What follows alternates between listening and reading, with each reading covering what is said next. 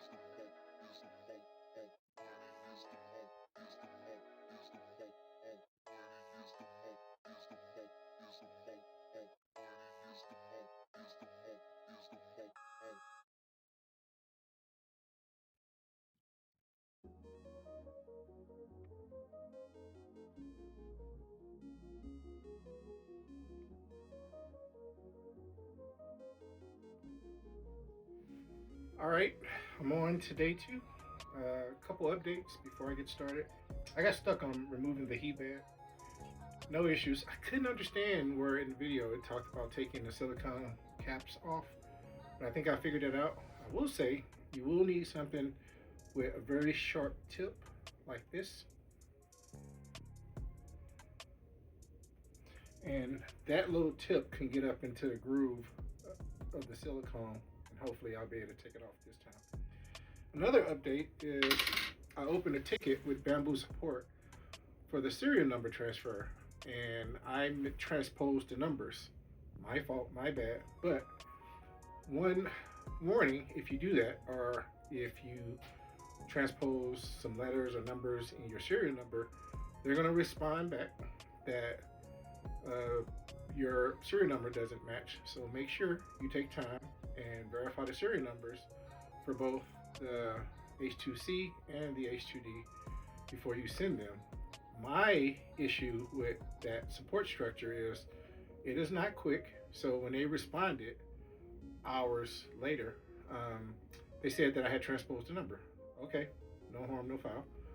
I resubmitted a brand new submission with the correct H2D number at the top and the correct H2C number at the bottom. And they still said that the H2D number should start with 094. Well, in my second submission, it did. So I'm not sure if they were looking at the prior submission and nobody just took the time. And another issue I have is when you put your serial number in, they also make you take a picture or submit a picture with the serial number from the two devices. So first transpose, I understand, but the second time I submitted it with the pictures, they have the serial number. So why could they not have got the serial number off of there and said, okay, he must have flipped it, or if not, with the second transmission of the serial number, um, I'm not even sure what went wrong on that one. But Bamboo support, you had both serial numbers, you had the photos of both serial numbers. There's no reason why, if somebody is doing this and they're taking 4, 5, 6 hours to do this upgrade, it should be hard getting the serial number to you, even if the person transposes the number because they're up at midnight trying to do this, which you shouldn't, by the way. But there has got to be a better, faster way to push that number through as long as the two numbers match. And additionally, you have to add the order number that where you bought the H2D, so they could totally check to confirm that the number matched the order and what was sent to me. But that being said, I digress. On to the rest of the transformation. Here we go. Oh, by the way, 1 second note, I bought a secondary light to help with seeing things inside my H2D. Now, you don't have to do this. I talked about mobile lights, but man, being able to push that baby down and focus on some installation pieces might come in handy. We'll see. All right, day 2 of filming, and I left off with the heat bed. Now, I originally took screws off of here, and I took screws off the bottom. That was incorrect. The video talks about 3 groupings of screws. One on the door, 2 on the door side, and then 1 in the middle of the interior, right where next to the sensor. So I took those 2 screws out. Now I need to take off the silicone caps. You need something really sharp to get in there. So let's attempt it. See, with the right tools, it's a piece of cake.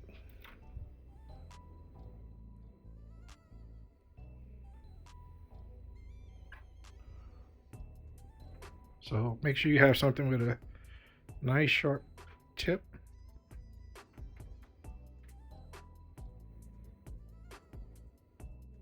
Now, there are 2 screws inside here.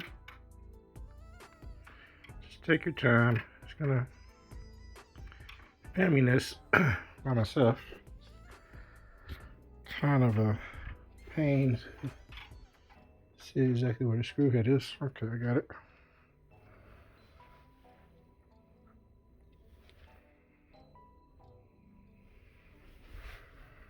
See if I can get that shot. Same process on the other side. Would help if I had the right driver.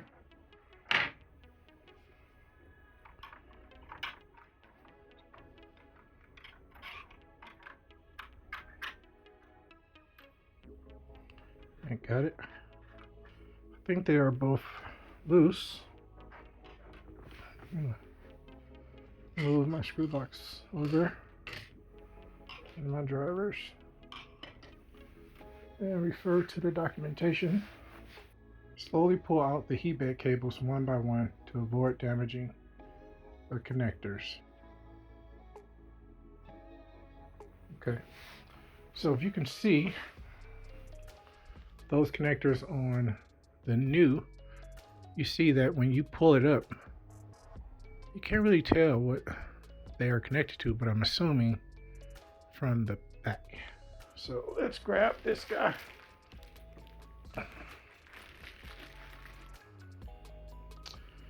And we can kind of see what connections we need to take apart. And perhaps we already did in the prior step, but let's find out. All right. So I believe all the screws that need to be removed have been. Oh, looky there. Now don't forget. Okay. Now you can kind of see what it means. Ah, I see. So that's why you had to take these apart, because those are what was removed. Okay. Alright, so initially I didn't know which orange cable. So if you do this, remember, it's the orange cable going to this. So I disconnected the wrong orange cable. Alright, so I have to get the driver. And when we put this back together, we'll have to figure out where that guy goes. Alright, all makes sense now. Brought up some extra zip ties for this very situation.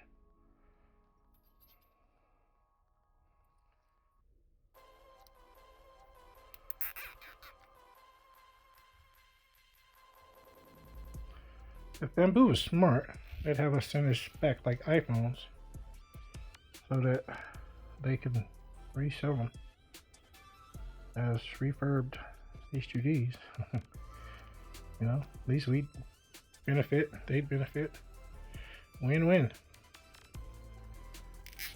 Okay, I'm not gonna put this on too tight. Just tight enough to where they're all grouped together. I'll fix the bundle later. Okay.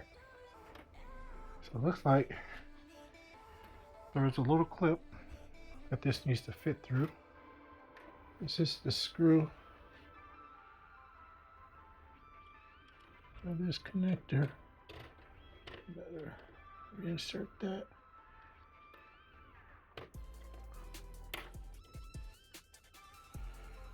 All right, and for me, I'm gonna have to figure out where a ready goes, but that shouldn't be hard enough. Shouldn't be too hard. Okay. Get that out. Slowly pull these through. Hiccups that are all together now. Bundled up. All right. Let's remove the H2D heat bit.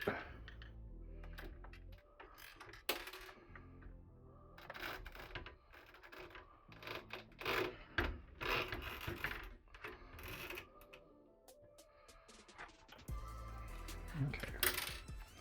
So I got screws going everywhere. Since I need to get this through here,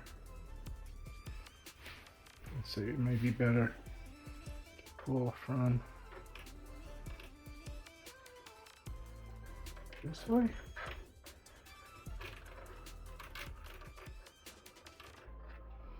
Okay, so the video said, the wiki said 1 by 1, so maybe having that cable on there, the cable tie is not the best move. So let's just cut that off. Because once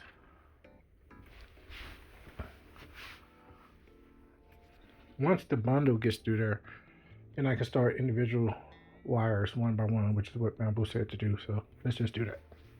It said 1 by 1, so that's what I'm gonna do. Hey, we got one through. Tell your brother we're on this. We need to get him. We need to get him through. It's like Stranger Things, where we're pulling one kid at a time. I kind of see as you start getting these through here, it makes it easier for the others, but kind of a pain in the butt, to be honest with you.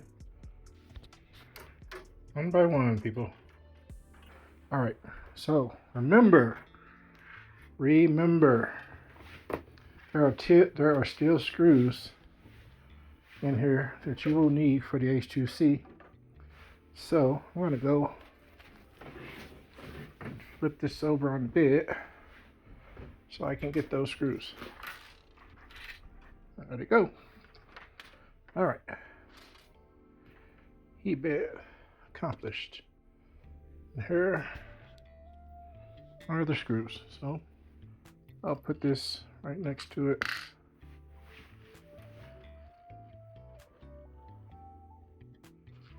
Filament everywhere.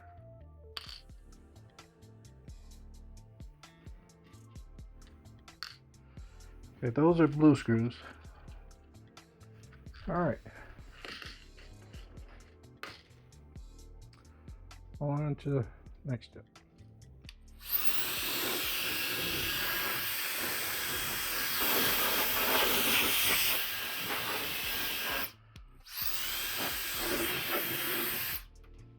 Wiki time.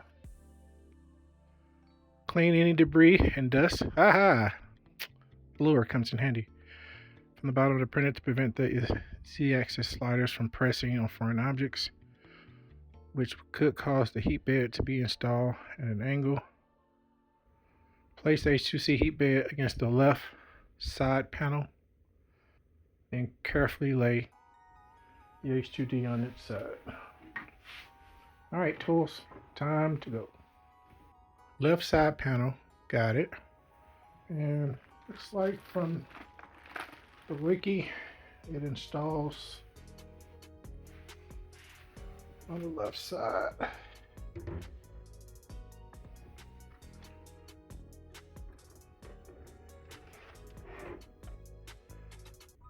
Alright, let's close the door. Get my new handy dandy light out the way. And see how it's asking me to flip this mug over. Turning it this way.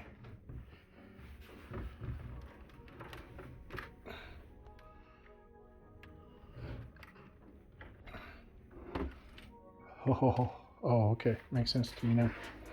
Okay.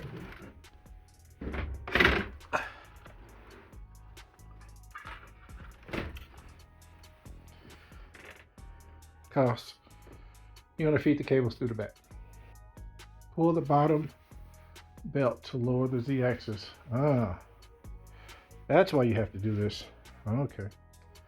Let me readjust some lighting here. All right. So, I think what it's telling me to do is bring this guy all the way down. Okay, forward as it goes. We're almost there. We're locked and loaded now. That should make it easier. Place the heat bed near the bottom of the printer, then stand the printer upright again. I'm gonna place this near the bottom, like that. Yeah, there we go. And then with all your muscles, pick the H2D up. I'm glad I had my breakfast this morning. Okay. You have kept the original shipping screws used to secure the heat bed, or have similar screws, M3 by 35 with 8mm thread. You can use 4 of them here to temporarily lock the heat bed, making sure all 3 axis sliders are exactly the same height. Well, I've already used mine, but perhaps in my handy dandy drawer that I printed. Okay, note to self, label the freaking drawers. Yep, if you want to know where I printed these from, I think it was Printables, but they are handy. All right, so we do not have those screws.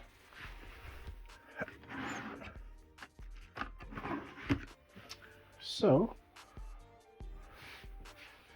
there's a, if you do not have those screws section, do not have those screws, just ensure that the Z-axis sliders are fully resting against the bottom of the printer. Finally, tighten the 6 mounting screws connecting the heat bed to the sliders. You can reuse the original heat bed screws or the screws included in the new heat bed package, blue lock. All right, I'm going to use the new ones. I was going to say I think it's best to do this at the other angle. Oh no. Look what happened. Boo. Look what happened. So be careful on this step because that can happen. All right, at least a good thing is that you can clearly see which way to put this strap back in, brace back in. I don't remember if this was cocked to the side so that it would rest flat. I guess it would be a good thing to take a picture on this part in the future. Future you, learn from my mistakes. Yeah, those sit down flat, but you can see that it doesn't seem to be resting flat against the board. Maybe there is a picture that talks about it. Let's see. Yeah, looks like it says they definitely should be resting against the bottom, so this won't fly. Okay, what I decided to do here was to lay the H2D against one of the rails, and as you can hear, I'm still a little ticked about that scratch that I got. But then you can feed these in kind of one at a time. Yep.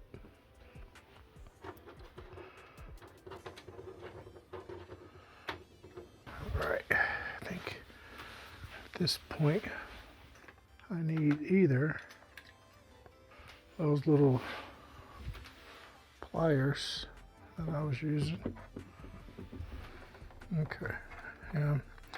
As you feed these through, it's probably a good idea to continue to push them away, because if not, you'll get snagged. And maybe even lay the screws down, lay the other ones down, so then you can grab each one as it comes out, kind of lay it on there. Okay, make sure the connections are as straight as you can get them. Go flowing into that hole. They're gonna bend inside anyway, but yeah, I definitely think it's best to feed these guys through first so they don't get tangled on the bigger guys, which are easier to handle. And if this doesn't work, I have a trick I can try. Okay, so if any of you guys have tried to fish wires through in the past, then maybe you'll know what I'm about to do here. I really should probably use a small one. Not sure if this diameter is going to be too much, but let's see. I'm just attaching this to the cable, if possible.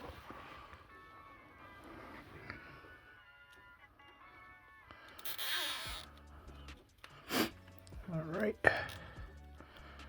let's get you all the way snug, and hopefully this is not too fat to get caught. I'm gonna leave a little bit because I don't want to take forever trying to get through Then I'll feed that through.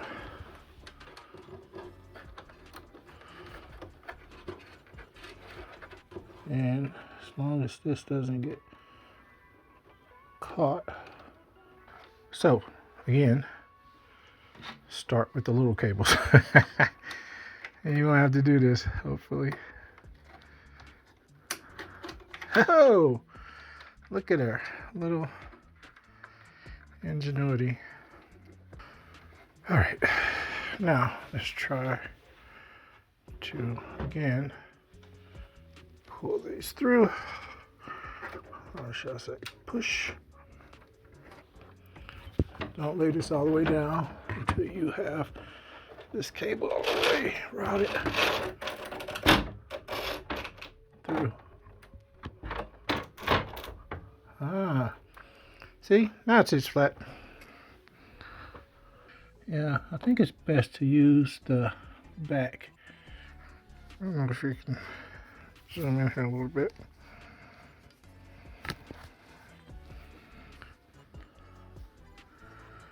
But from this angle, you can definitely see where the holes are that you're going to have to screw in. So probably better to line it up back here. There you go. And then you can start putting your screws back in. All right. Time to get the heat bit screwed in. Trying to see the best way to get situated here.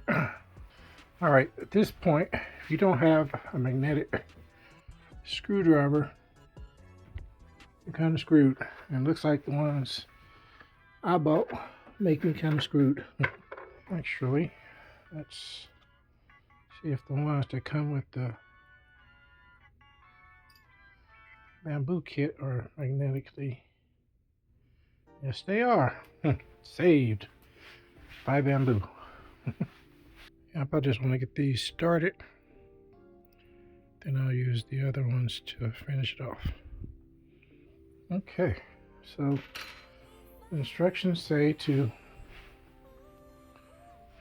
get those two mounted first. Or screwed in first. You almost have to do one of these numbers. Then you can come back around. Screw it in. Those seem to be tight and flat, more importantly.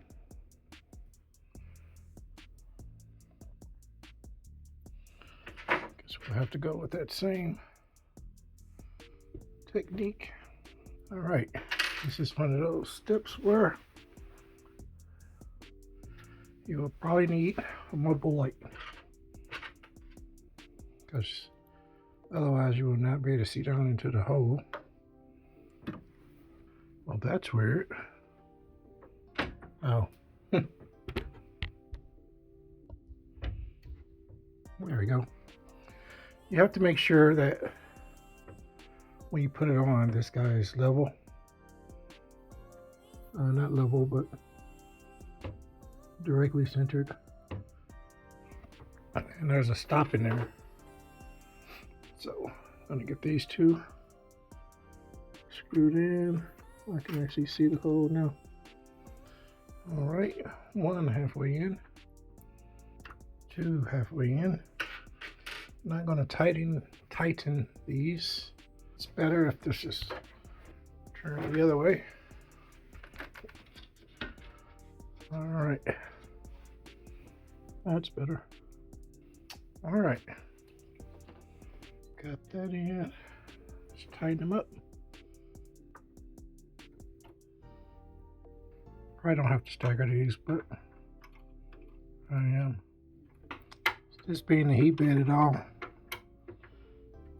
I'm gonna make sure these are pretty tight. Even though mine is a scratch. I'm gonna cry in the car, just so y'all know. Okay, those are tight. All right, number 4 offset sensor. There is a warning about this sensor, and it says to make sure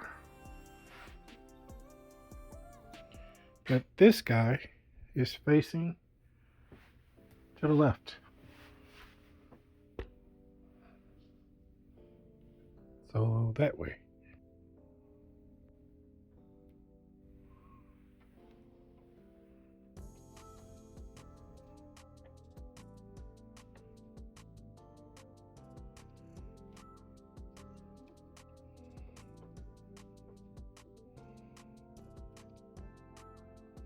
I think it's probably important that this guy is pretty tight. Not tight enough to break it, but you want to get this one pretty tight, I think, since this is where the head floats over. Okay, I'm still sad. I'm going to take some super glue and see if I can get that down.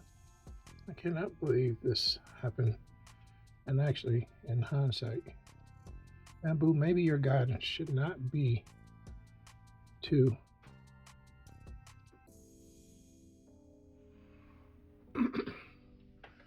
have that bed in doing that step, because that's what can happen. The next step is to raise the belt so that we can put sorry, the next step is to turn the belt at the bottom of the printer, sort of like when we laid it on the side, in order to reinstall the status indicator light. I may be able to do this by just having it off the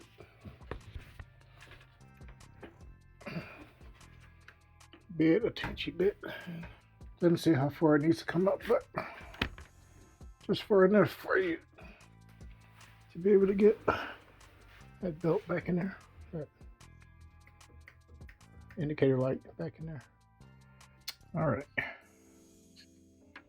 these only fit in one way.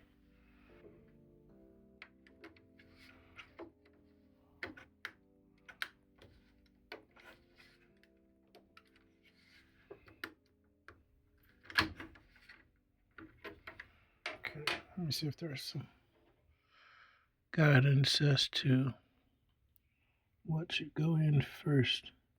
You seem to just be to push it in there and ba-bam. Let's see if it worked that way for me. All right, there are notches on the front edge, so I would think those need to go in first. Then you just click the back end. Let's see what people say about this guy. I think I'm gonna have to sand it a little bit, which may cause more problems than it fixes, actually.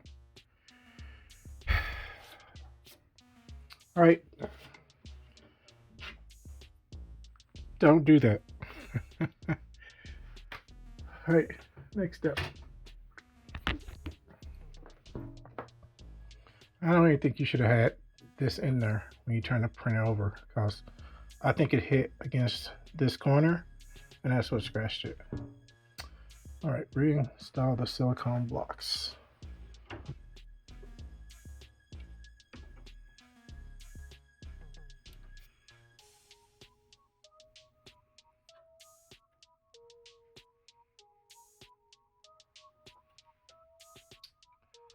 Those can only go in one way, so unlike the other thing, you really can't hook it up.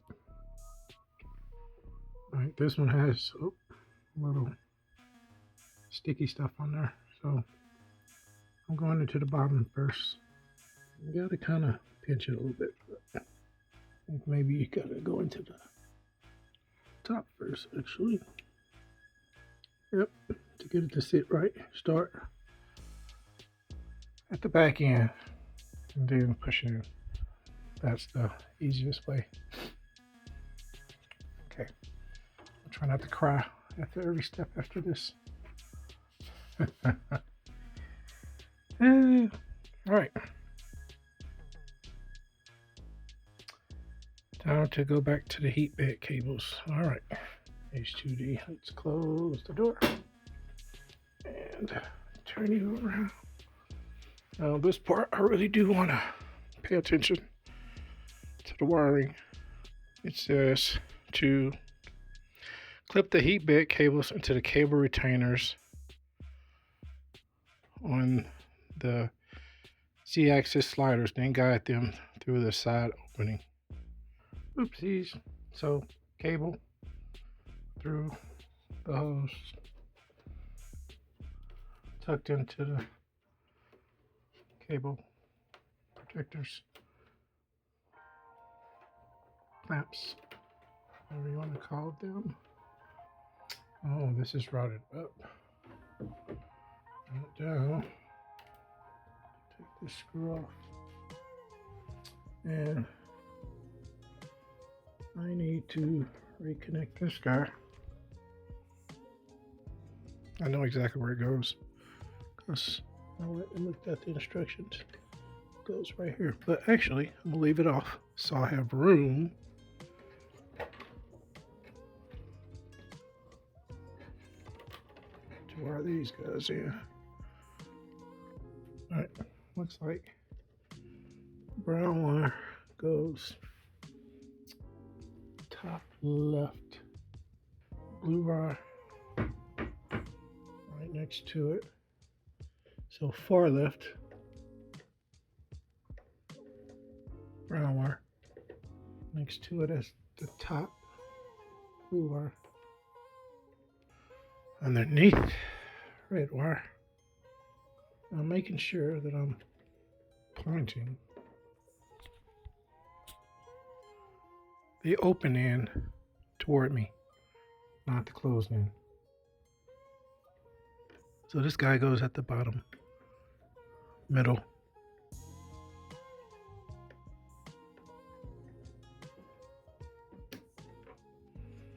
All right. We know that this ground wire eventually goes down here. So this yellow wire goes back down through. Probably put it over to the side a little bit, but it kind of scooches up in there. Then attaches right here with the one remaining screw blanket. And Denver wins the game. Just so you guys know, super taking one for the team. Broncos played today, and I missed the ending, but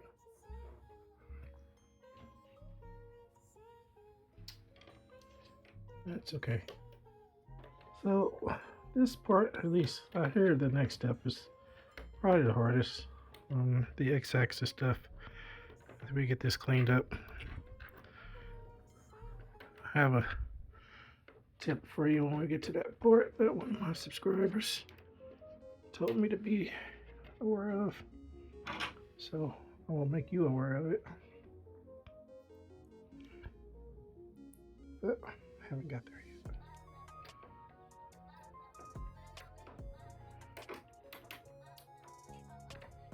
I would have seriously loved for them to have included more of this strip.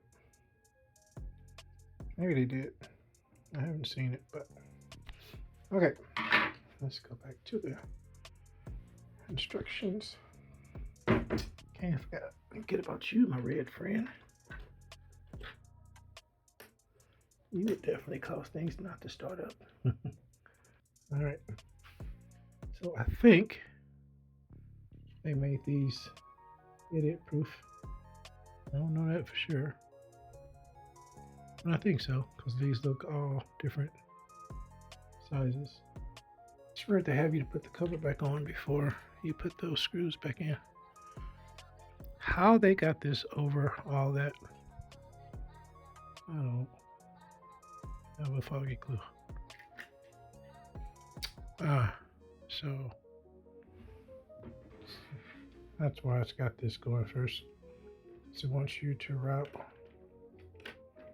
these guys through here.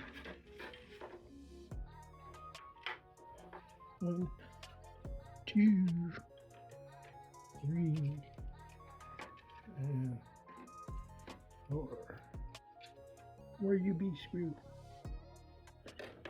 Oh, screws all the way up there. Starting to see why everybody was looking for a guide. I don't mind being the first, but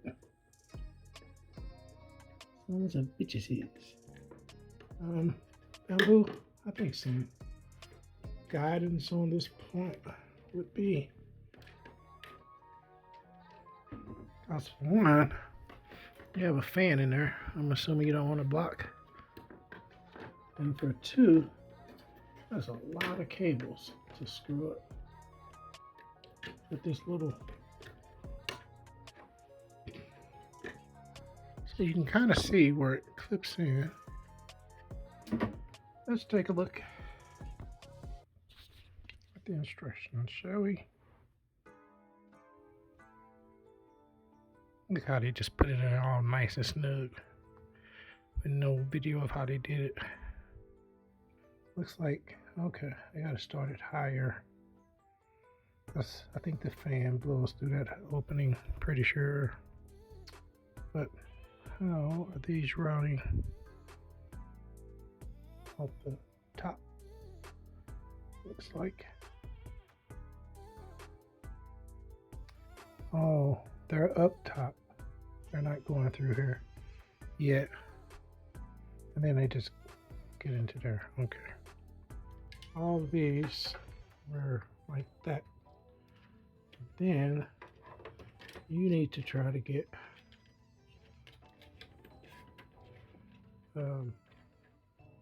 every clever bone in your body to figure out how you slip this cover back on. I wonder if some engineer was like, oh, you're gonna love this one.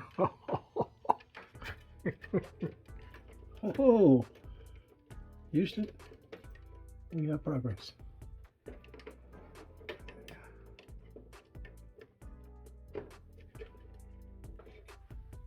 You know, if these were going through the bottom, I mean the middle, I could almost see it working just fine, but because they have to wear out over there, well, screw lines up, but don't think this cable does. So what I can do is wire it through another hole. I think as long as it connects, probably won't matter. Or I should say, it won't matter. And Bamboo engineer is probably saying, "Yes, Freeman, it definitely does matter." So maybe I'm gonna do one of these numbers. This guy can go all the way up because it's long as hell. Okay, I'm gonna sort these by. Actually, I probably should.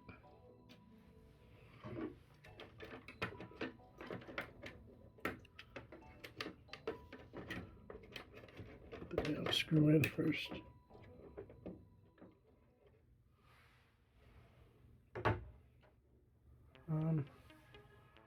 Screw box. Assortment. You are needed. Bamboo magnetic end to the rescue. Woohoo! Got it. So there are little tuck ends that you have to push into there, and then there are clips on this inner side that needs to push in, and then you hear it to click, and then you put the screw in.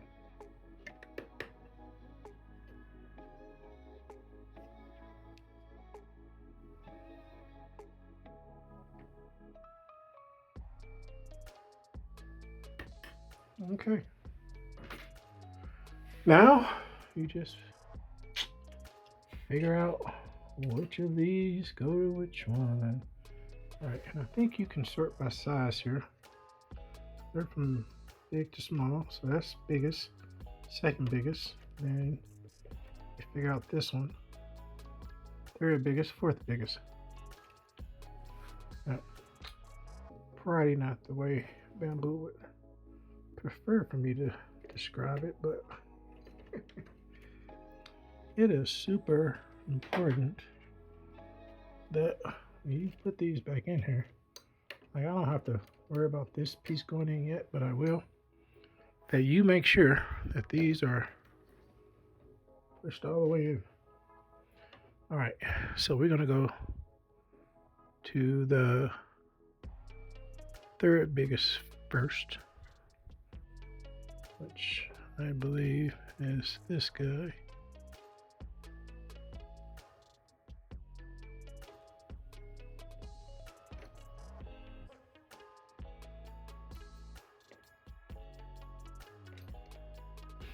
Yep. And then skip you. I'll go to the second biggest.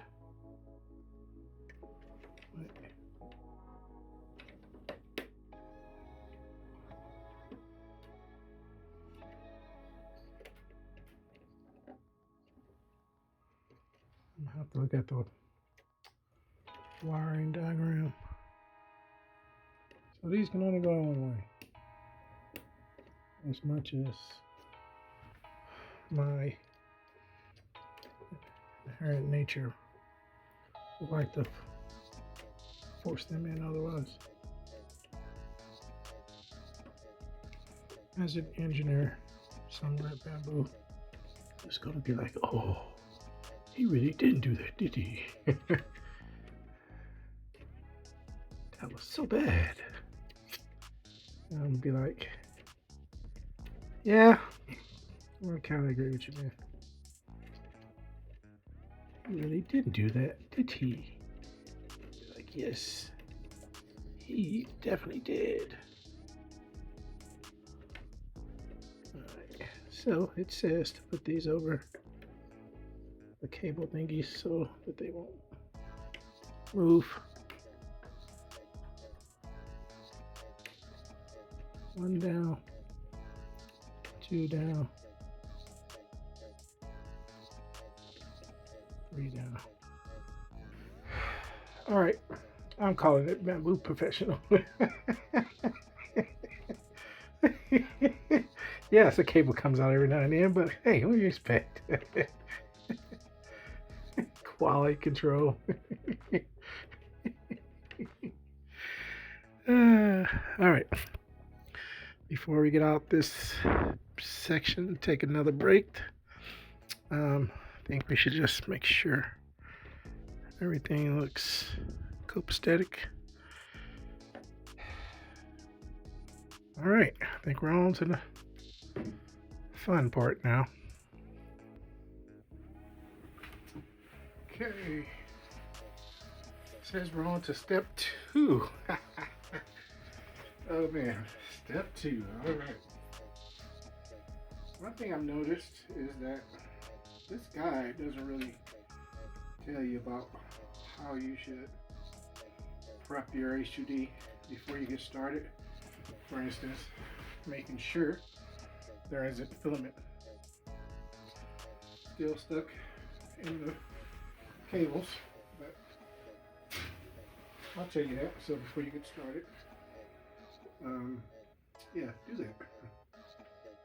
All right, I have to actually go figure out how to take the PTF feed tubes out. Actually, you just pull this forward, push in on the little black piece. If you have never done this before, and I hadn't, and then the tube slides right out. You will need these tubes again. I'm in a safe place. Okay, it looks like the new one comes with these clamps already, so you don't have to take those out. The good thing is there is a great video on this step on on YouTube. So if you are having problems or you're worried about this step, then consult that video and it'll pretty much show you exactly how to do it. There's a screw in this hole. Need a mobile light to see it. There's only one screw holding this entire shroud on. Here's the deal. I need to magnetize this head, but until I do, I'll use bamboo's tool to remove that screw. That needs to go.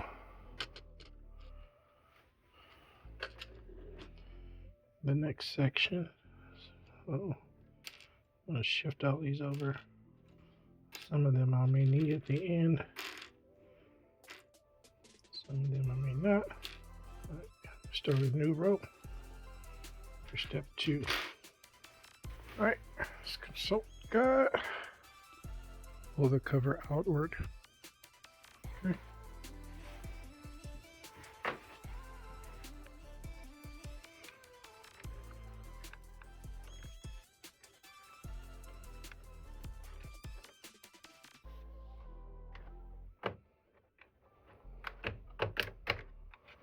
Just pull it from the top.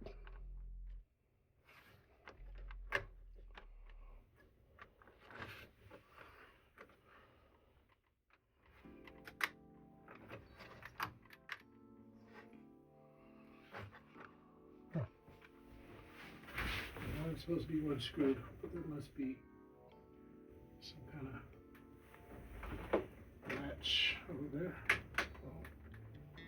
As stated before, the camera decided to go a little bonkers. There's a screw on mine, whereas on others there's just a clamp. Unscrew the screw. And I'm pretty sure we're replacing that board, so let's see what it says next. One step at a time.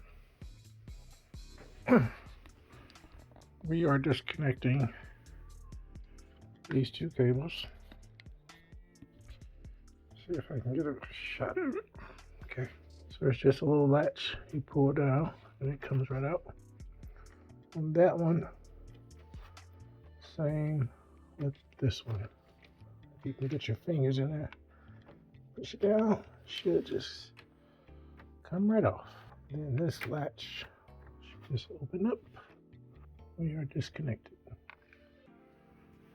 Next step, move to the back of the printer and remove the 4 screws securing the buffer.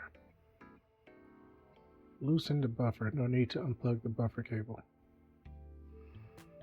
Right, it says remove the screws. Yep.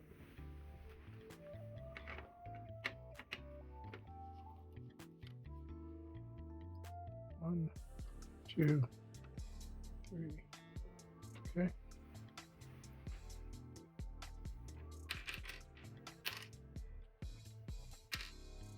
Loosen the buffer as shown below. Press down on the upper right corner of the cable chain so it disengages. Okay. Let's get the screws out of the way. Oh, I got it. They didn't remove the buffer, but looks like you can let it sit out the way. But to me, it's going to be in the way. So I'm going to place mine up there. That's what they mean. You don't need to take this cable off. All right. I think this is the part where you get to pull with force. As shown below, press down on the upper right corner of the cable chain so it disengages from the slot. Then pull the entire cable out with force. When I read that the first time, I was like, with force? Uh-oh. Did that break? No, it detached though. Well, I'm gonna take it out with force if it's gonna break on me. Man, all this stuff happened. Scratch my bed. And I don't even get to pull it out with force. Some bull crap. Alright, what are we gonna do there? I need my needle nose probably for this. It looks like that. No, it didn't break. But some needle nose would be preferable to what I've got. Needle nose. Let's see this again. Press down in the upper right corner. I'll tell you what, some force was needed. I can't tell if that broke, but I don't think it did. I think it just needs to go back in like a link. There we go.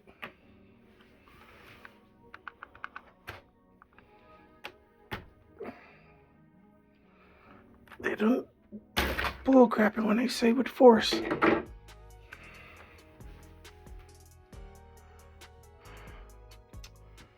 They were not kidding. Just make sure that I was correct. My assumption here. Yep.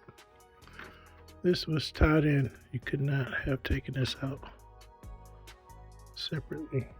Alright. So, broke a clip. Hopefully there are extras in the box, the kit. Alright. Now we need to use a flathead screwdriver. Pry open these lights on both sides. Yes, on both sides. You know, since stuff is breaking, this is the part of the process that I don't enjoy. Let's see how he does this. Yeah, he sticks it right in there. Hey, something finally worked without a hitch. So have something sharp.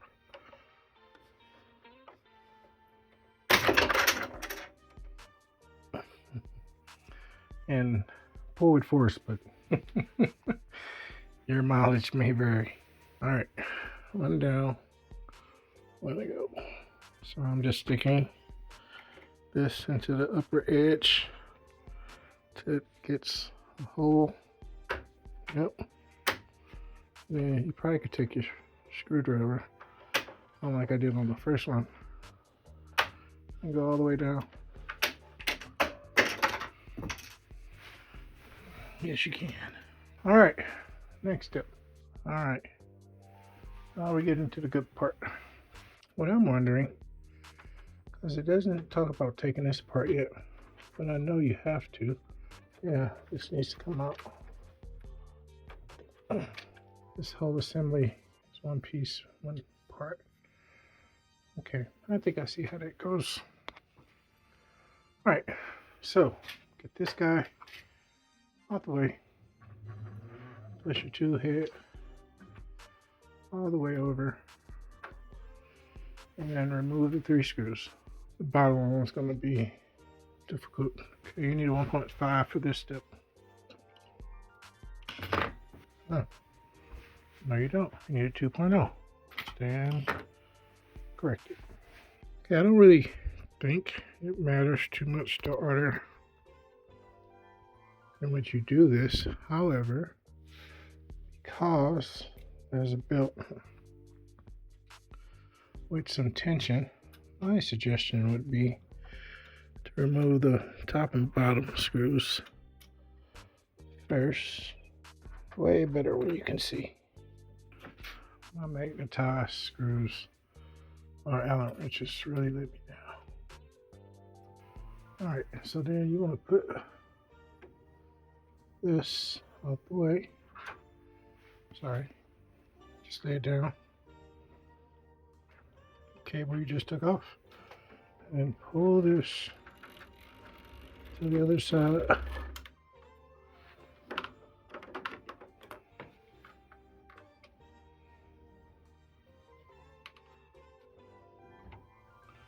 And repeat the steps. So the depending on where you are in the process, you may be able to get away with not coming to the other side, but it doesn't appear I can.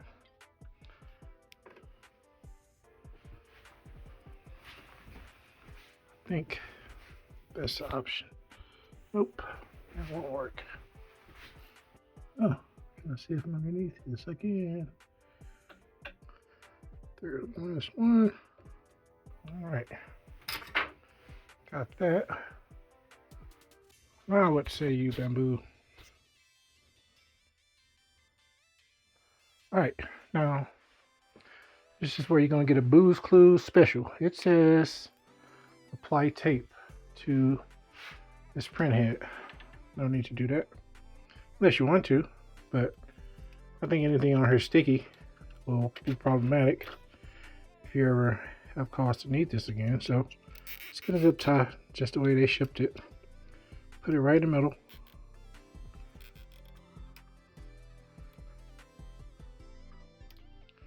Both sides so it won't move. That way nothing gets sticky. You do have to make sure it's tight though.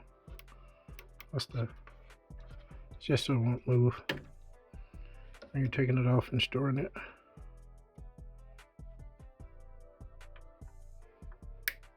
Okay.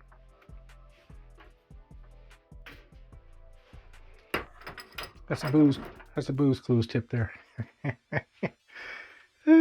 Okay. You see they call for tape. Same deal. All right. Here is the part that a subscriber told me was difficult. You need this screwdriver that I've been using the whole time. You have to come in there this way and go down into the hole. All right. So he also told me he had to use this. So I bought this just in case I need a little extra torque. I left this here just in case they didn't put more in there. All right. So supposedly there's a hole on the bit. Or might that hole be, Bamboo? There's a dedicated screw hole at the top of the printer. Insert the long hex driver through the top phone and remove the screws underneath. Ah, there you go. Yep, you just poke right on through that, baby. And then pull your screwdriver up. And then, let's see what that guy's at. Let's go for a close-up view. Okay, it's on the interior. I'm assuming it's in here.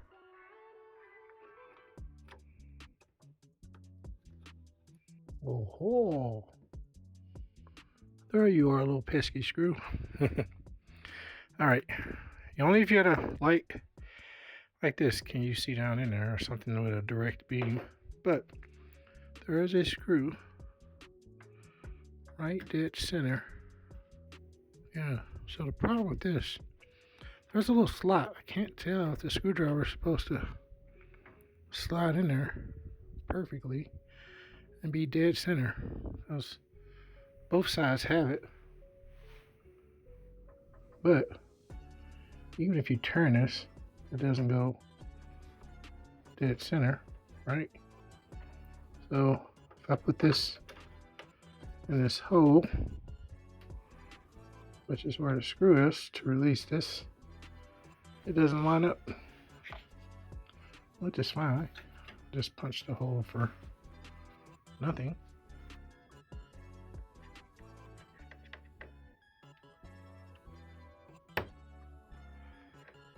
Yeah. I just had the wrong one. The wrong slot. Okay. Oh, The guy said it was going to be hard. Mine came out without much issue. And again, you come from the back, you find the slot.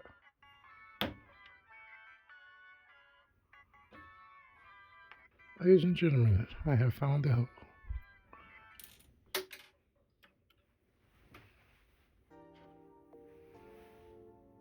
Okay, hard part done. That was the part I was worried about.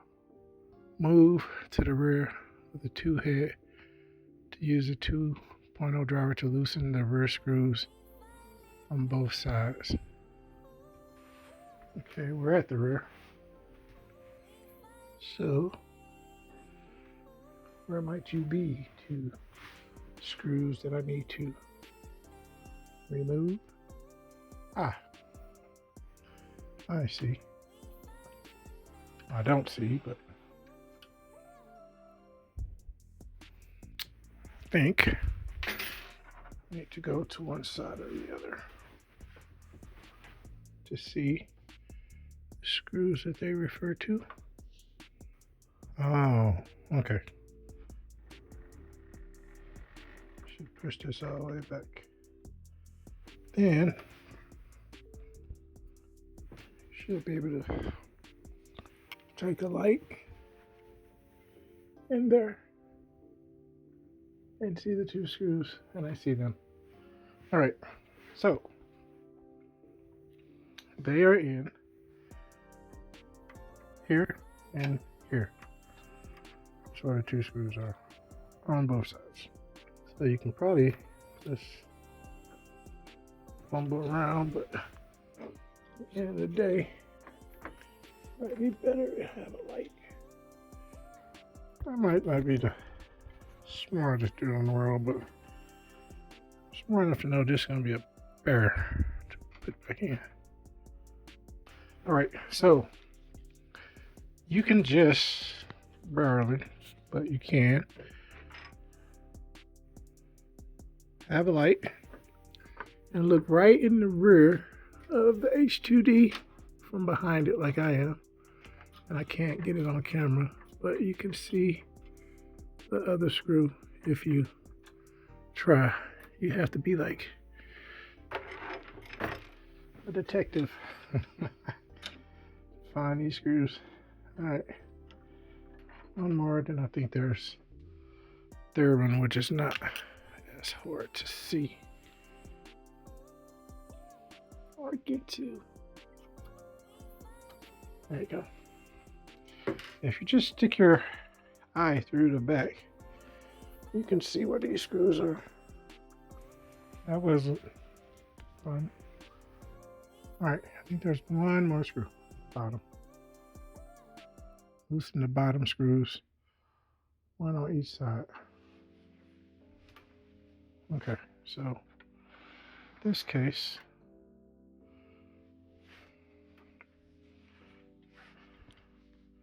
not going to be able to record this one. There's just a screw at the bottom. Oh, easy screw. There's a hole. Yeah, of course, it's not the place where there's actually a screw. It's the hole. Come on, it's the last screw. Come on! Oh.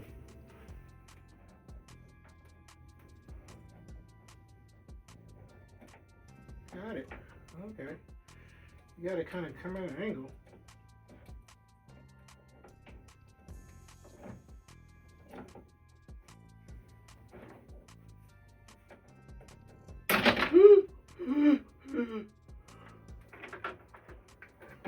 Okay. Never in the history of man let that noise make for anything good. Alright, so got the old one out. I think that once I get this in here, it's going to be break time.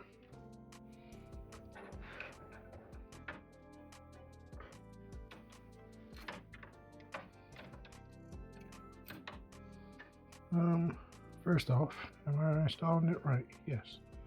That is the front. Okay. Let's go back to instructions.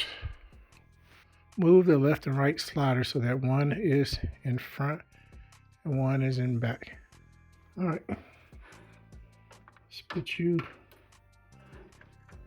in front.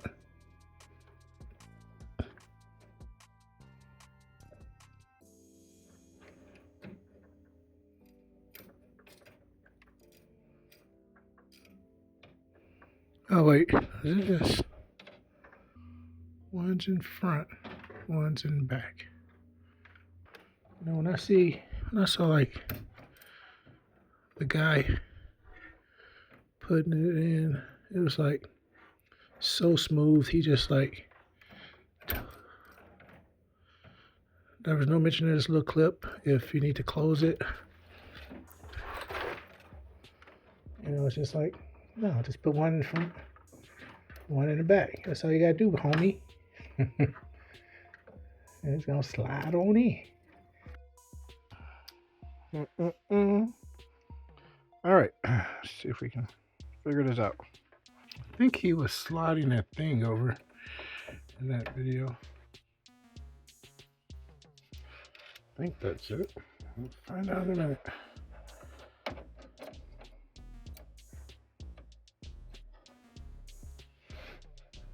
All right, instructions say this should go all the way to the edge, to the front, so it can lock against it.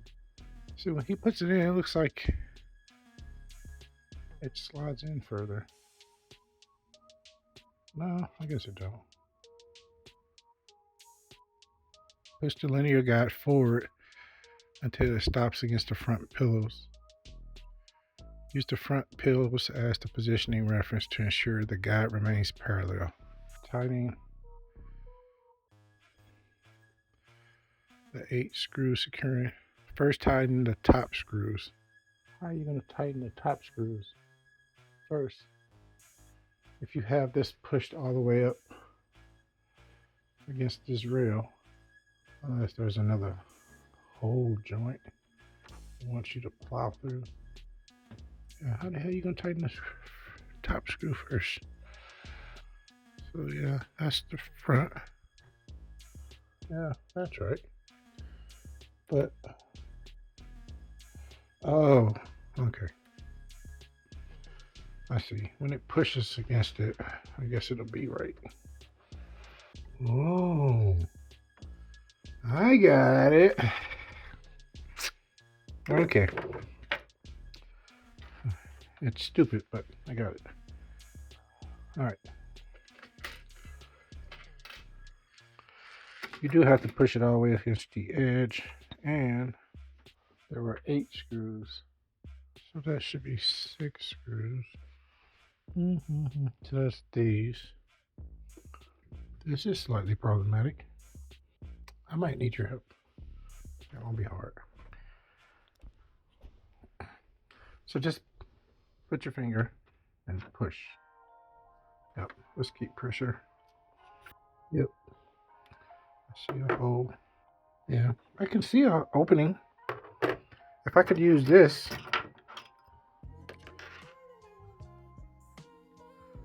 it would be great. But this isn't magnetized. All right, I was able to get those 2 screws in there. You will need a helper because some of you may be able to put a screw in there. It has to be magnetized 100%.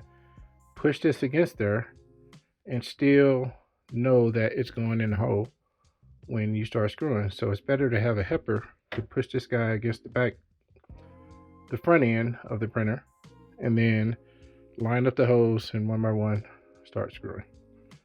All right, that done, I'll move on to the other 4 screws. These 4 screws were this type.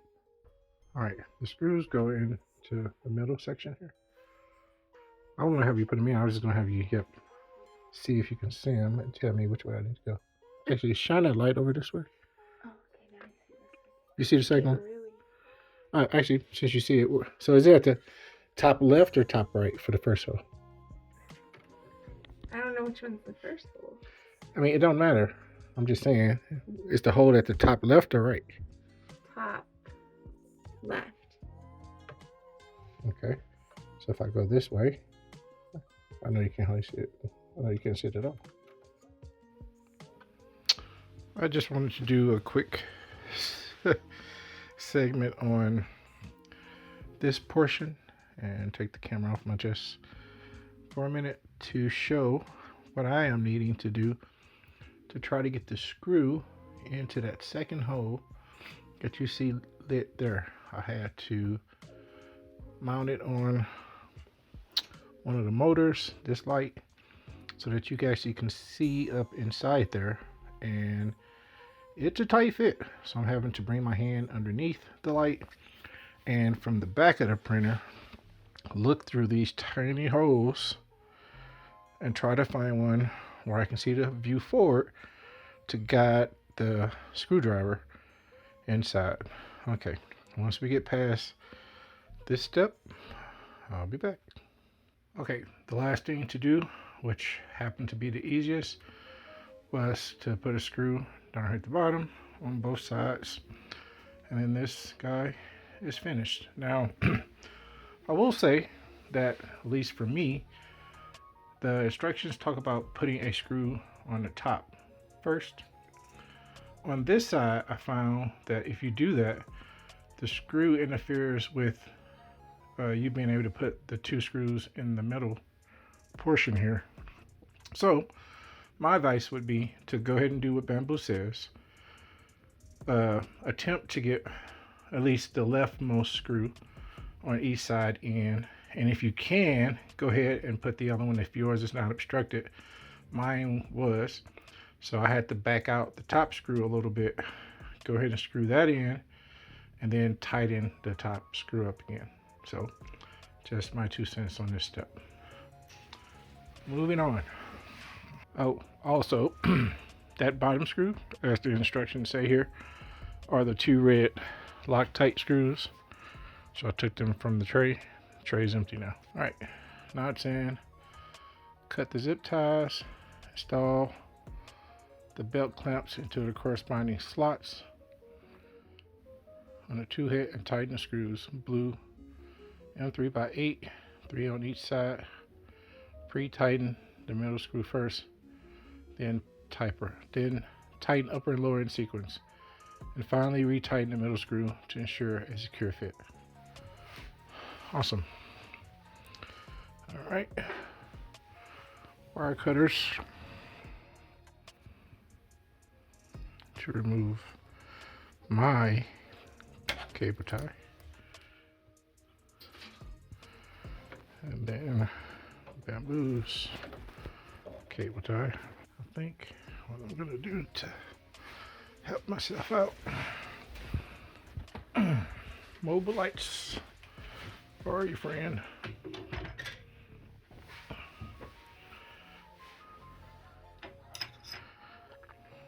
Way better. A pair of extra hands on this step would be awesome.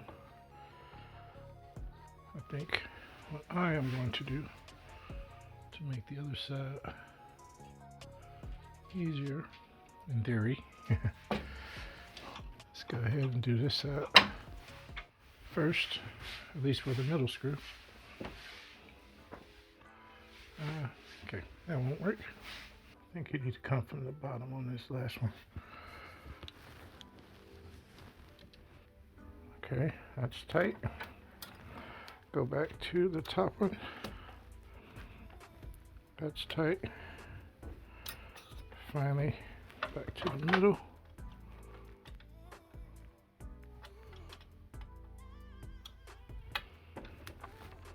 Wow. I see why they say come back to the middle. It definitely was loose. Alrighty, starting to look like a H2D again. Oh, sorry, H2C. Grab 3 screws. A little precarious, but I think it's fine. Not even sure if I'm getting this shot, but I think you get the point of a screw going in. This side's just a little bit more difficult, simply because you didn't take this side cover off, and in hindsight, retrospect, I would not want to take another side off. I mean, not that it's hard, but it's just a lot. This last screw is in a tight spot.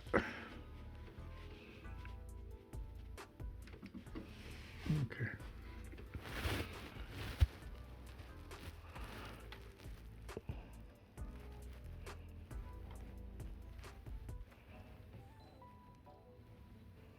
And I know I could have opened the door and made it easier, but in my limited space. Next up. Oh, okay. Looks like it's time to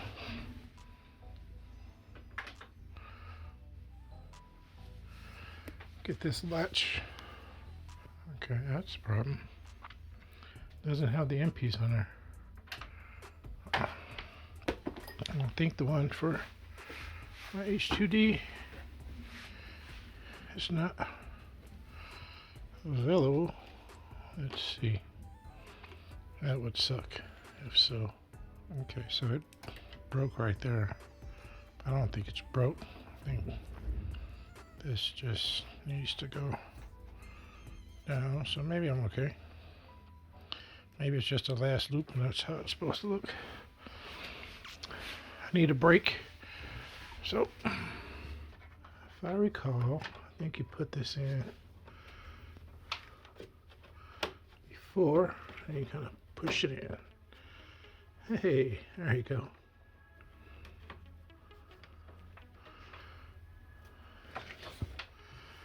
Then just reconnect the connections. I don't know if this fits on top or not.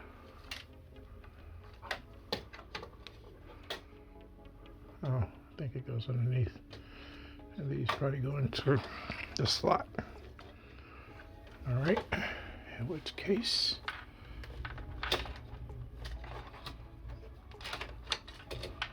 let's get that connected.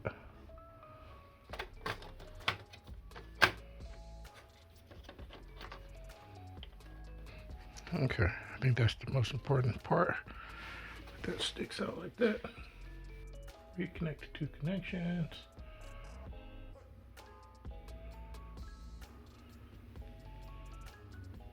Well,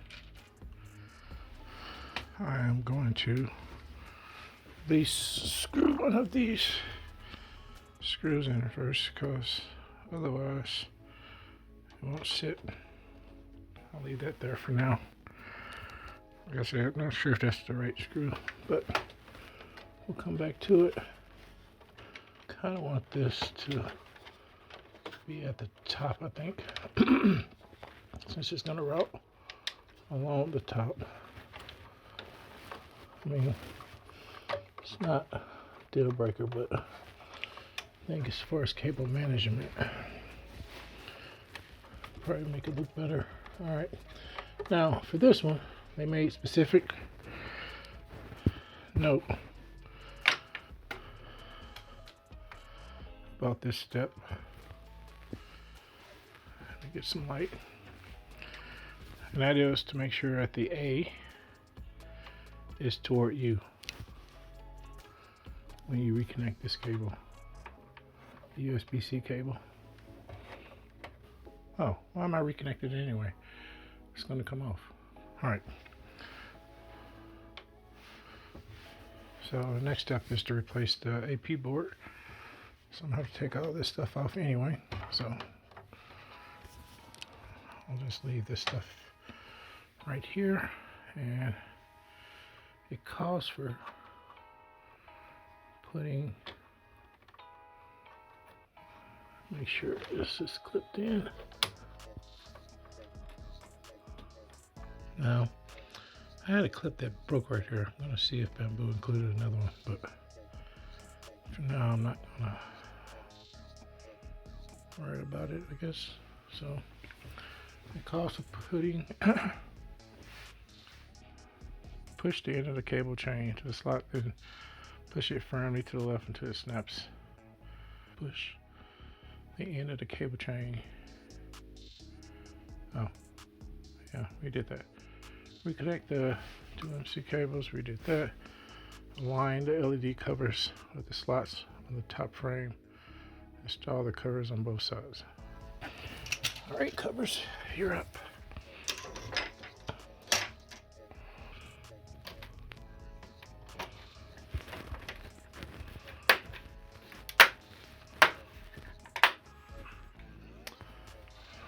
Okay, thank you, Bamboo, for a seamless process with that. I was a little worried about that actually when I was looking through the instructions.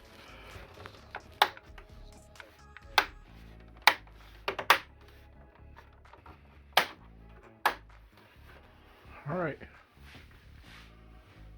done. Place the AP board 20 minutes. Disconnect the cables from the AP board. There are 3 FPC cables. Open the latches. If I remove them, the Wi-Fi antenna does not need to be removed at this step, but it doesn't cut out the Wi-Fi antenna. Okay, 3 connections. Okay, I'm assuming the Wi-Fi antenna is that guy. Bottom screw. All right. You know, I work on computers for a living, and I still hate taking out these cables.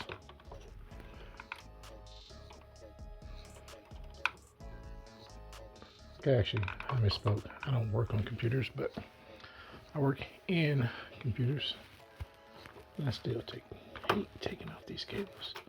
I like how in the video he just pulls and they kind of like come straight out. Never pull on a cable. Let's see if I can get a closer view. I mean, it's just got to be like these. Problem with this is connected to the H2D itself, so you definitely don't want to pull these out incorrectly. I don't see anything at the bottom, so the tab's got to be at the top. Push it in the middle. This heat sink kind of makes it difficult.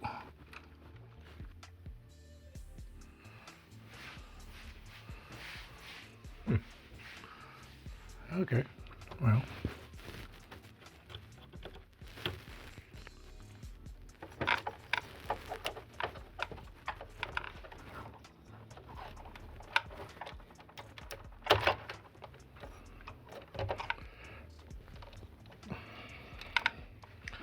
All right, the end of the day. Oh yeah, okay. But what about this guy? It's almost like there's some crap. Yeah, like they didn't want this to come out, so that's like some extra stuff on there on this one.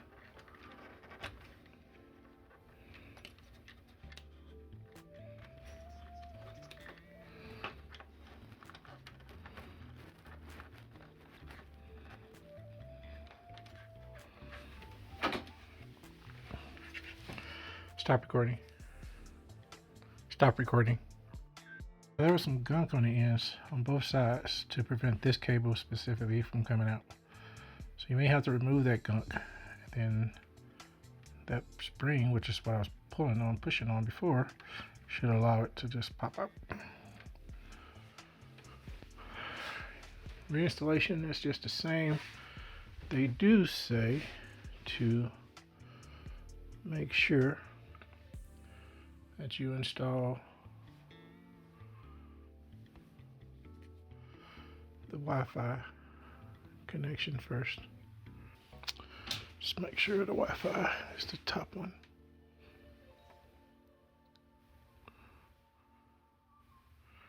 Oh, okay. So, Wi-Fi connection. Got the light. Wi-Fi connection is right there. So Wi-Fi connection first. Should just push it into place. Once I get this other connection, it's this little gold lead right here. And if you actually just can get it over it, you just push it in place. Woohoo! Got it.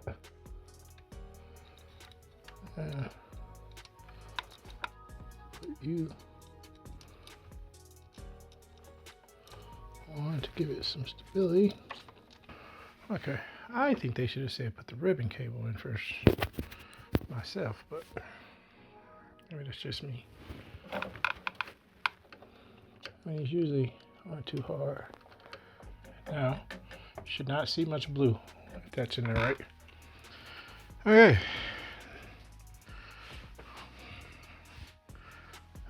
Throw 4 screws back in. We'll be cooking with gas. Alright, on this side, I'm gonna make sure I do the. Should probably put the rest of the screws in first. I'll put the rest of the screws in. Okay, one more screw here.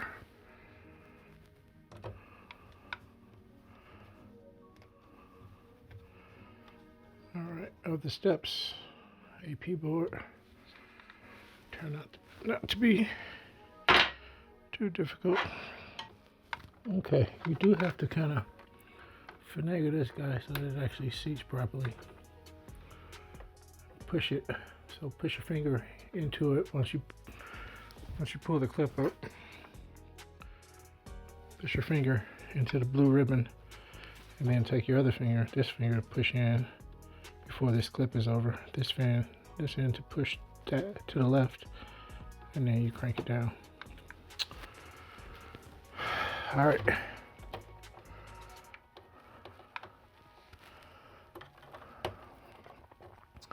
Back to where we started. USB with the A display on the outside. Well, USB with the A displayed. Just have to make sure that this snugly looks like it is. And I think the harder of the two cables first. Yeah. Maybe not. Again, just keep in mind on the AP board, they sometimes put reinforcement glue on some of this stuff. So if you're trying to pull them out and you're having difficulty, it just may be that there's some glue melted on there that you have to pry off. And as I am learning myself, double check your connections. Double check your connections. The blue guy here almost slipped away. Now Bamboo did put some of these in here, but I don't think there's no place I can use those. But they put these in here.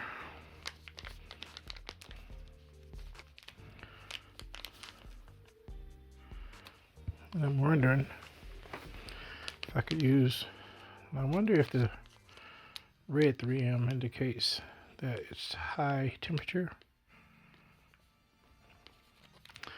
Oh, look on my piece right there. This is probably for that.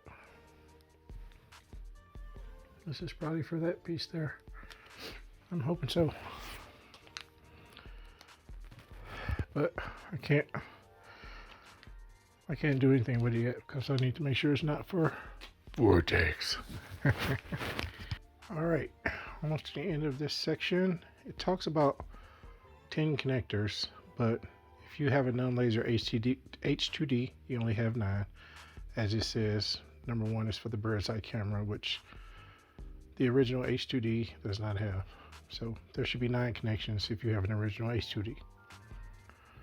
Alright, we've already connected the USB cable. Now install the AP board. I'm still not clear on if I need to go ahead and put the rest of the screws into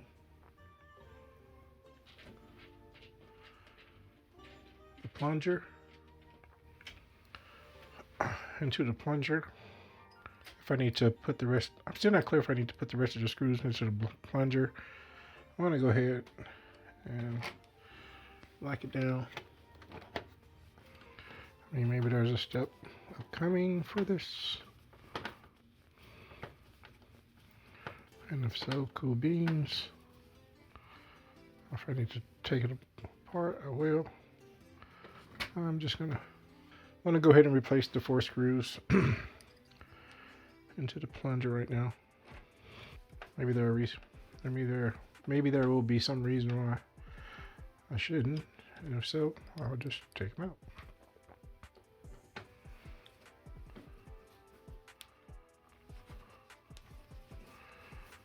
But it's asking to put the AP board cover back on, so not sure why you would do that without the plunger in place, because it kind of gets in the way. For some reason, I've actually regretted putting this piece back on.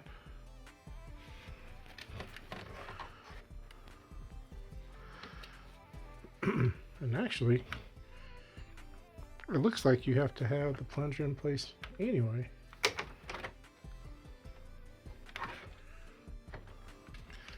Alright, let's see how this goes.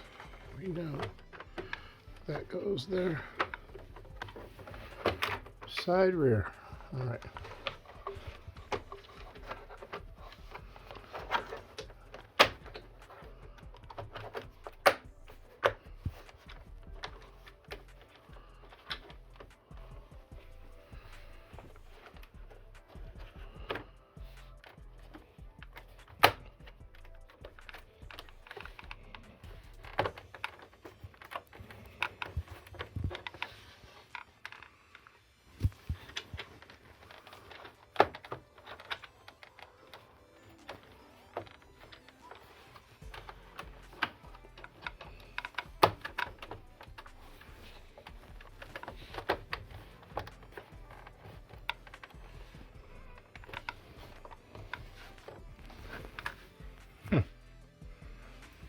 And I do recall that my H2D had 2 screws that needed to be put in.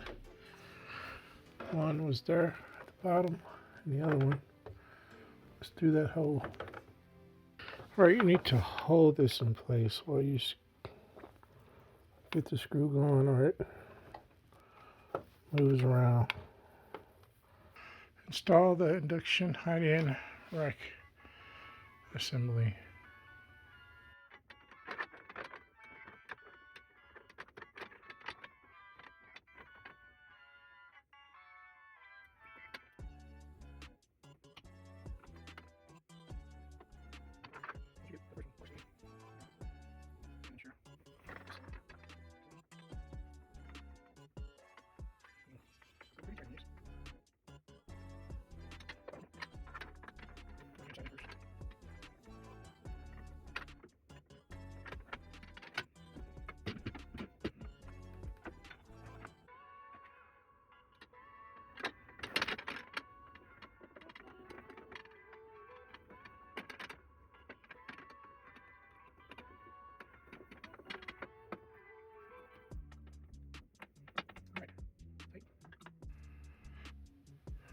Take out the rack cable and ferrite core. Install the ferrite core on the cable segment near the MC board. Then plug the cable connector to the matching port at the upper left corner of the MC board as shown. Install the induction hide-in rack. In the induction hide-in rack package, take out the rack cable and ferrite core. install the ferrite core on the cable management. Sorry, install the ferrite core on the cable segment near the MC board. Then plug the cable connector into the matching port at the upper left corner of the MC board as shown below. I believe all that will be inside here. So it says install the ferrite core on the cable segment near the MC board. That would be the connector. So I'm assuming it goes in here. Doesn't look like there's a polarity or anything. Oh, okay. This looks easy enough to find. There's a red cable kind of below it, two blue below that, so it goes right next to the red cable on the side. So inside here, there we go. That's where we're going.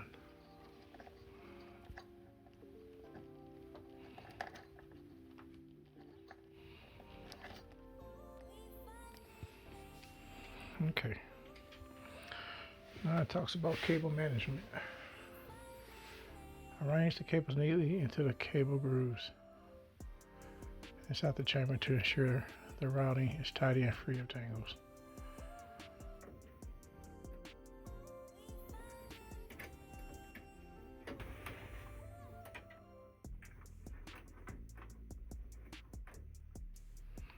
Alright, looks like I just need to peel off this adhesive and secure this guy.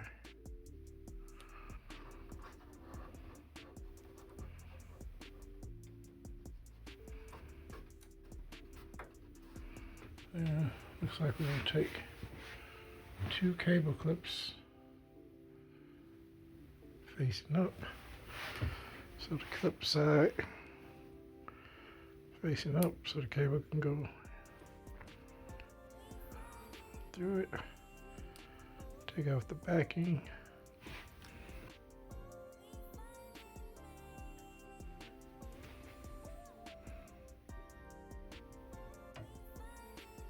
To clip.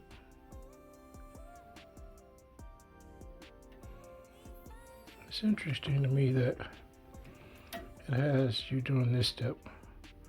I mean, they must know that this is the right cable length and that you routed it correctly. Or I guess they say, I mean, especially since you're using the acetone tape or whatever it is. It also looks like at the end of this run, they route this on the inside.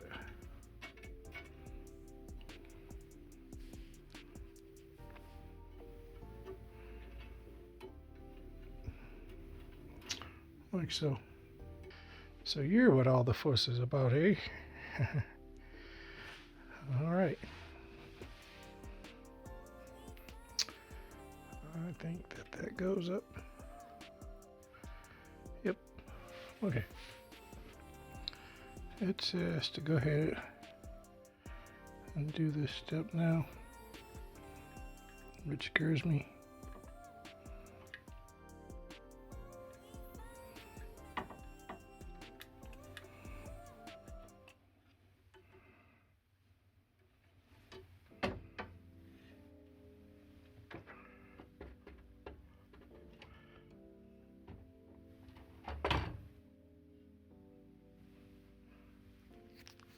Okay.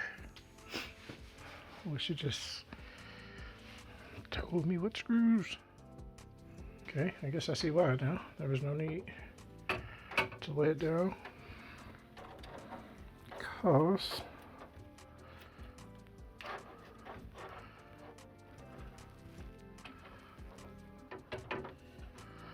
it should be able to rest. Okay.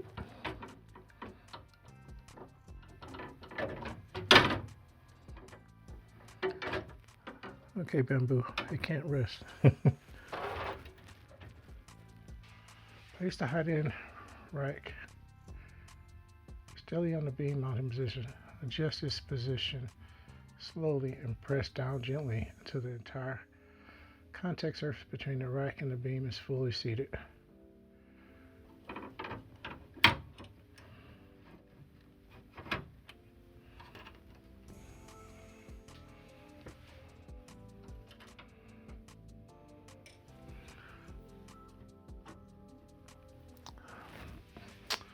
Got it. Okay, it slides on the rail. Make sure this cable is out. Alright, it's in. Let's see what screws we need. 3x6.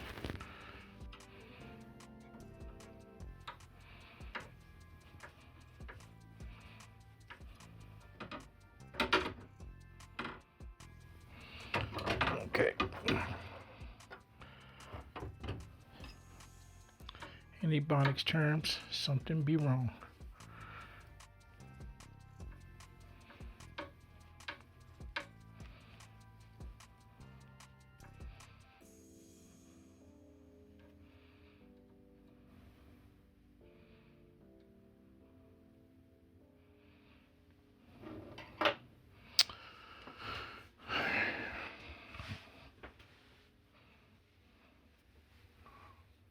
Stop recording. All right, about to get the Vortex portion installed. The only trick here, I'm probably not gonna be able to film it off because of the tight space. The screws that go inside the Vortex have to be screwed in from the inside. When you start screwing in the top two screws as the wiki informs you to, make sure you don't totally tighten the two top screws all the way until the bottom screws are in. All right, going back through and tightening all 4 screws now. Okay, we've got the 4 screws in, again, coming from the inside of the H2D in order to install these 4 screws. I've already connected the cable. It says after tightening the 4 front screws, tighten the 2 bottom screws. Red lock M3 × 6. These 2 screws are used for positioning the rack, tightening them into snug. There is no need to screw them in all the way.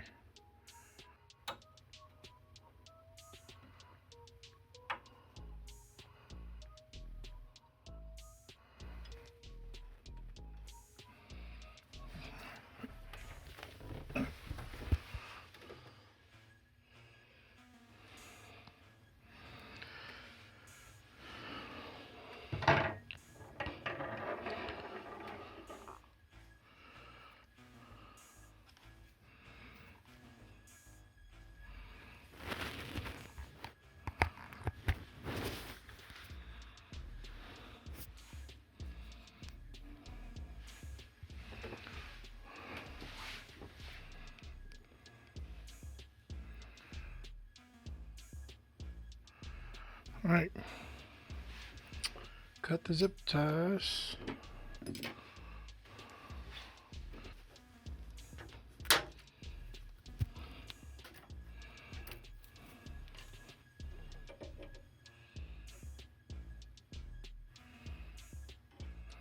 And if you have big hands, you're gonna struggle.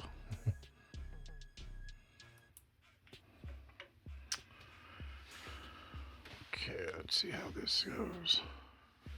Okay, looks like it just sits on the rail. Okay, kind of just sits there. Looks like the screws just go through the front to the back. All right, so got the 3 screws in here, here, and here. They're tight. Another note on this one, those 3, I had to stick my head in here. If you have small enough hands, I guess you might be able to come around this side. Doubtful. So I had to stick my head in here, get a screw going, and then just kind of come out and tighten it up this way for those 3 screws. All right, I think we're almost done. Oh, replace front cover. Lift the left clip of the front cover, then release the right top clip in sequence. Oh, almost forgot.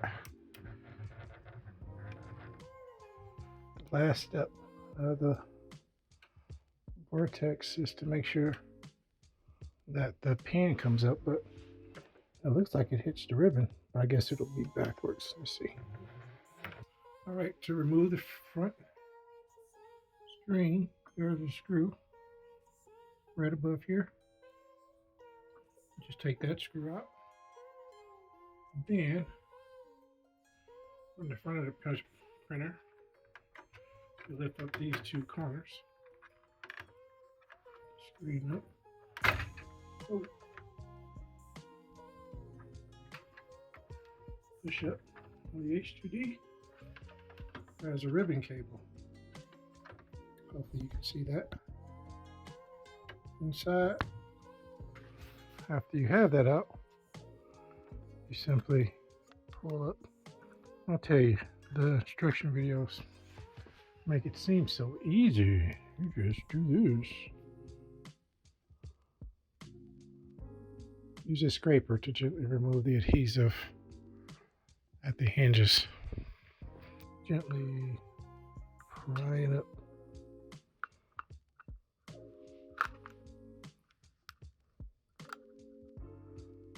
Oh my God. And it broke. Mother freaker. Why would they make this break so easily? I guess it don't really matter now. All right, on this point, don't be like me and do what I just did. The proper way to remove this cable is to take your scraper, even a bamboo scraper would do, and go underneath only the gold side. Do not scrape the rest of it. So start this way and go underneath. And then the contacts, as you can see, the glue is mostly in this portion. So if you start here, you won't damage this ribbon. Now, this ribbon is damaged in the corner there, but it may be okay. I've already ordered a new one. If it's not, I'm just going to put tape around here, because if you look closely, the cable's data connections seem to be at the corner on this side. They don't go all the way across the ribbon. At least that's a theory. So we're going to test it out here pretty soon. All right, salvaging my error. You have to put double-sided tape because there's none in the kit on the bottom of this. Getting it on is a little precarious, like this whole process actually. It's like if you close the door a little bit, it's easier to get the cable in there. Kind of have to do it at an angle. Be nice if this cable was just a tad bit longer, but it's doable. Just takes patience. It's because this lip butts up against this guy, and it's just hard to get it in straight. I know companies have to try to save money and stuff like this. They kind of have to be exact. But knowing that people are going to upgrade this printer, at least some of us, why not help a brother out?